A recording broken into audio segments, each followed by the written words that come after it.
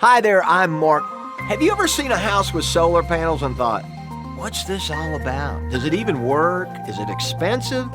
You're not alone. Solar has been growing steadily. In fact, Texas is currently the second highest ranking state for solar power use and installation. Why? Well, for starters, solar prices in Texas have dropped roughly 45% over the last 5 years.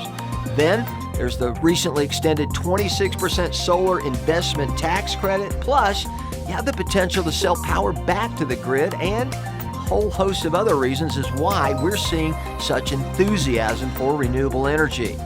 However, choosing the right installer can be difficult and make a huge difference in your experience, quality of install, and potential production. So, if you want someone to tell it to you straight, put your need first, I suggest you contact the fine folks at Texas Direct Solar to see if solar's right for you.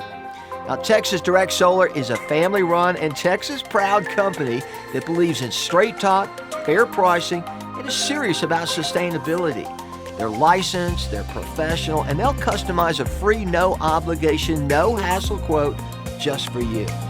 But to be fair, solar's not for everyone. For example, if you don't own your own home, or if you have a super shady roof, or you can't take advantage of the tax credit, then it's probably not a good fit.